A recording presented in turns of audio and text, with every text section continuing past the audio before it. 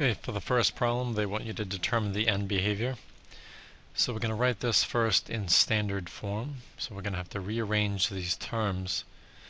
Remember, standard form is from the highest exponent down to the lowest. So it's going to be negative 15x to the sixth minus 6x cubed minus 4x plus 1. When you rearrange the terms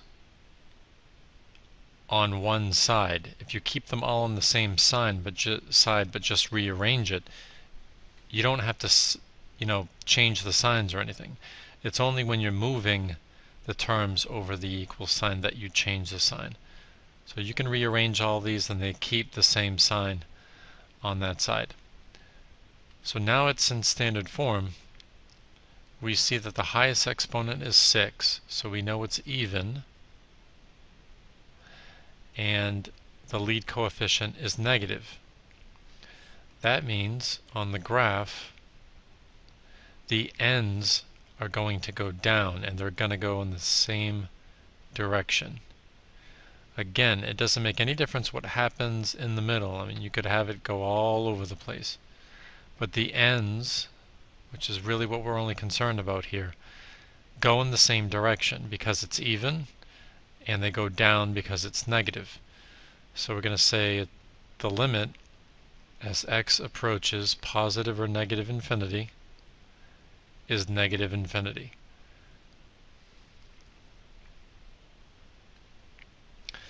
This one, let's put this in standard form. So 9x to the 10th minus 17x to the 7th plus 5. So this one is even, and it's positive. So that means on the graph, they're going to go in the same direction, and they're going to go up. So the limit as x approaches positive or negative infinity is going to be positive infinity. Number 3, let's take a quick look at the graph here for this problem.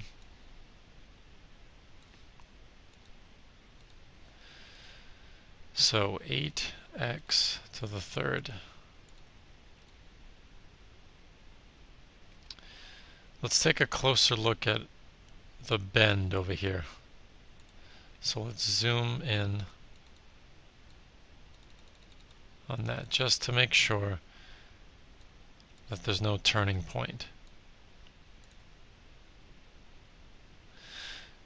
There is no turning point. If you were to trace this, it would kind of flatten out over here, but it never goes down. It kind of flattens out, then it continues to go up. So there's no turning point. So that's going to help us with this answer. So no turning points.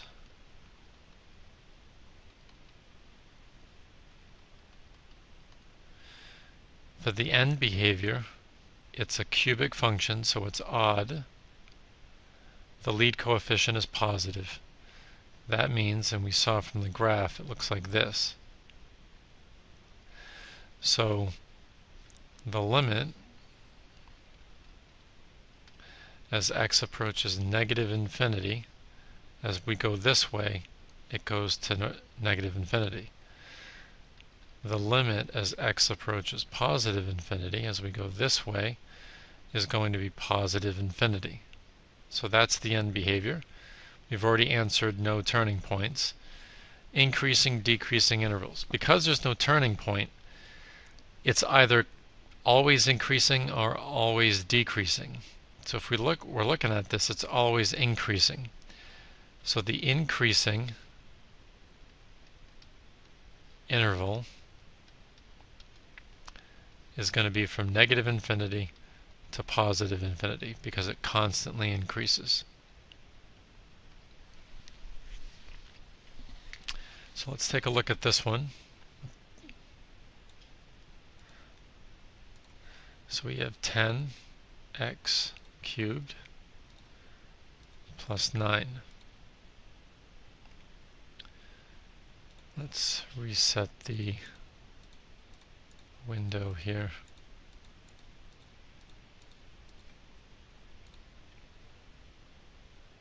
So it looks like there's a bend here. So I'm just going to increase the window a little bit for the Y max. Let's make it 20 just to see what happens up there. So now we can see it clearer now. So let's zoom in at that point just to make sure that it doesn't decrease.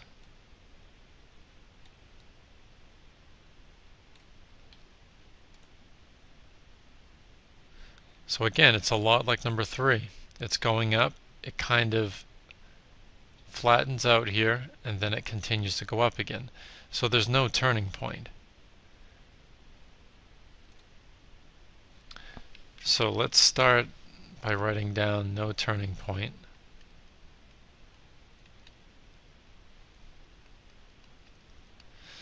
And the end behavior is going to be the same as last time. It looks a lot like the other graph. So as I approach negative infinity, it's negative infinity. As I approach positive infinity, it's positive infinity, because it looks like this. So as I go left, I'm going toward negative infinity. That's what this is saying. And as I go toward positive infinity, my outputs are going toward positive infinity. It's constantly increasing, just like the other one. So the increasing interval is going to be from negative infinity to positive infinity.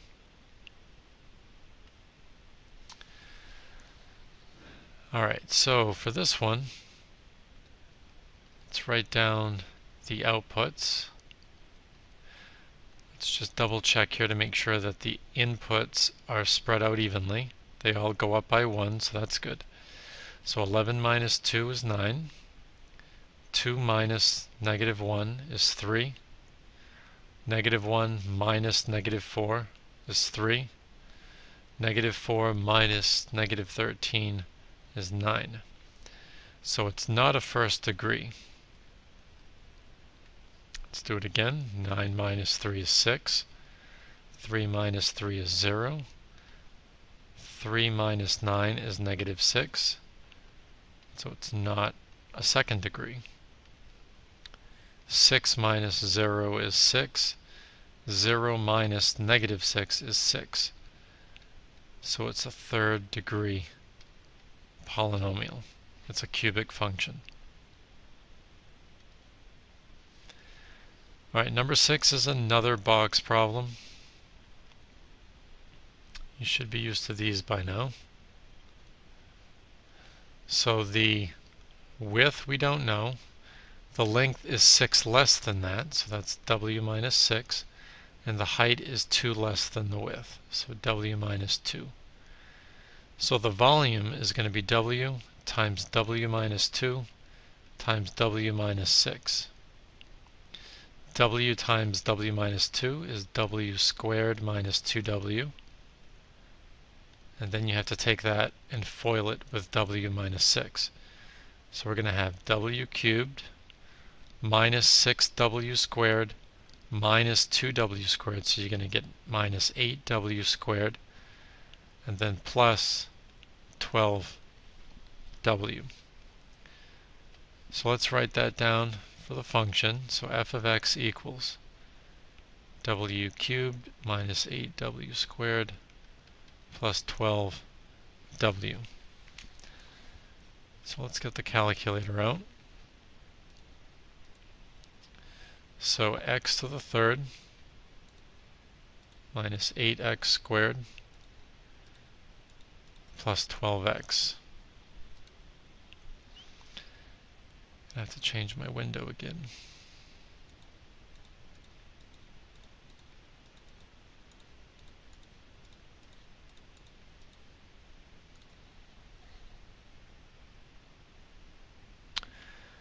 So we see the local max here, but the local min is a little under here. So let's extend the y minimum on the window. So instead of negative 10, let's go down to like negative 25. Okay, good. So we can see the local min and the local max here. So let's first get some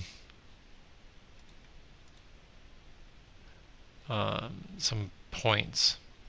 So 0, 0, 1, 5. Here and here. 2, 0, 3, negative 9.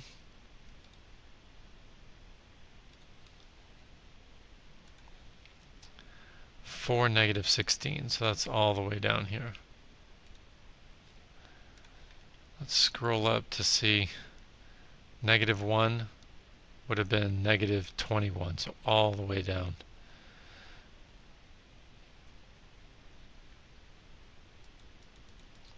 Then after 4, 5 is negative 15, so it's just above that.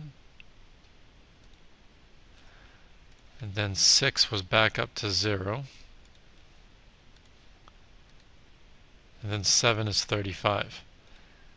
So we know from when we looked at the graph just earlier, whoops, let me see if I can do this better here. So we can, it goes up, then down, then back up again. So it kind of looks like that. Where does it increase? So we need to find out the turning points before we do anything here. So let's get the graph back. Second trace maximum.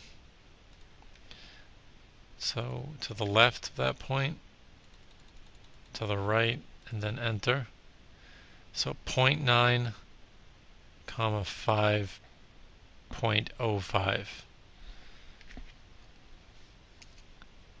So 0.9 and 5.05 is this, well, it's close to this point, right before that point. And now let's find out the local min. So second trace 3. And then to the right of it. So we get 4.43 and negative 16.9. 4.43, negative 16.9. So these are going to help us with the whether the graph is increasing or decreasing. So we know that it increases up to that point. It also increases here, but it decreases going down here. So it increases two places, from negative infinity up to the x-coordinate of this point. So negative infinity to 0.9. And from the x-coordinate of this point, so right around here, 4.43, to positive infinity. So those are your intervals for the increasing. Where it decreases is from the x-coordinate of the local max to the x-coordinate of the local min. So 0.9 to 4.43.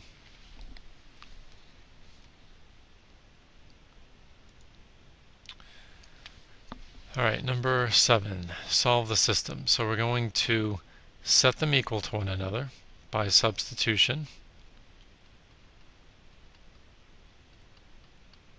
Let's move all the terms over to the right-hand side. So we're going to subtract x squared from both sides, and we're going to add 9 to both sides. So everything on the left cancels. We're going to have 2x squared plus 8x plus 6. Because all of these can be divided by 2, why not? X squared plus 4x plus 3. This can be factored.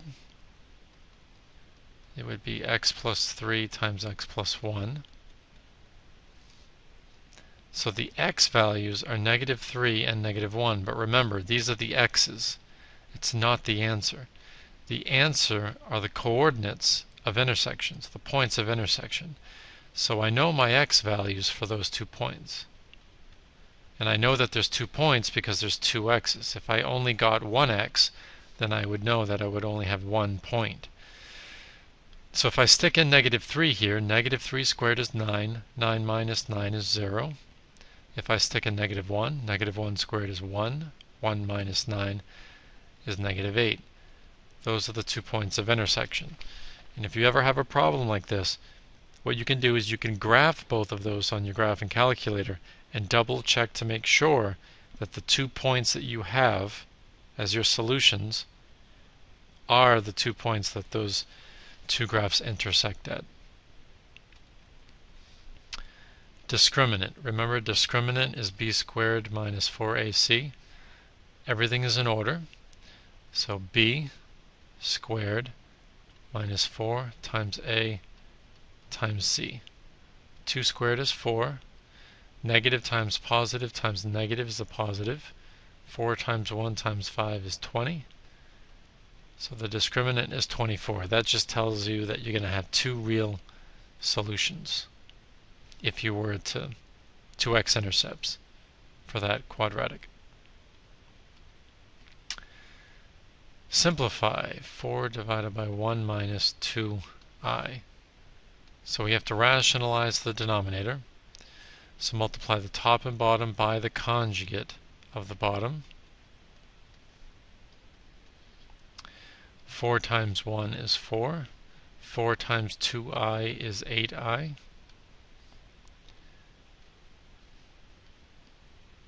F is 1 times 1.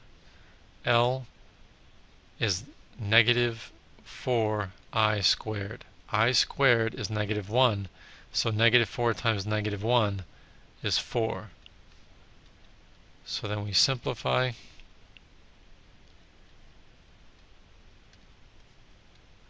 And that's your answer.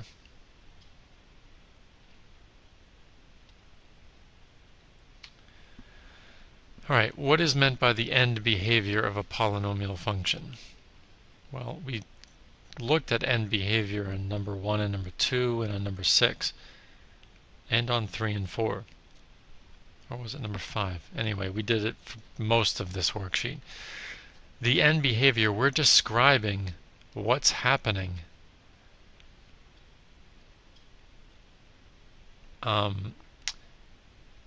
I just lost my train of thought. End behavior. Yeah, okay, so we're describing what's happening at the ends of a graph of a function. The direction of the ends of a graph of a function. For example, in this function over here, this is telling me that as x approaches -infinity, as I go left, the outputs go toward -infinity. So this notation here is telling me as I go left, as I decrease my domain, as I decrease the x values, the graph is going down. It's going toward -infinity.